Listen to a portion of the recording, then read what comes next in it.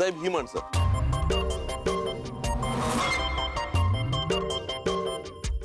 यांना काय काय करायचं ते समजावून सांगा जरा. चौकात नाटक करणारा ती निर्भय संस्थेची माणसं, ते नाटक बंद पाडायचंय आपण. बंद नाही, उधळून टाका पार. सत्यानाश झाला पाहिजे. आणि तुम्ही मठाची माणसं आहात नाही हे. कळणार, नाही कळणार. तुम्ही काळजीच करू नका. अहो कळू द्या. तुम्ही मठाची माणसं आहात हे कळलं पाहिजे.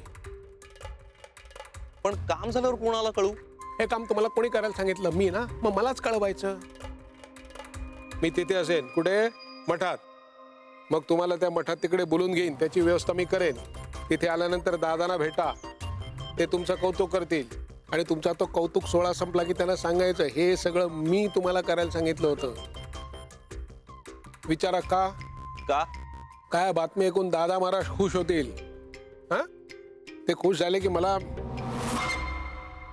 तुम्हाला नाही कळणार. तुम्ही काम झालं की फक्त मला कळवा. आता विचारा, निघू का? निघू का? विचारताय कसले? निघा. हे चला रे. दादांना सत्ता नको आहे, पण मला हवे. आनंदनाथ महाराज की जय. चल रे.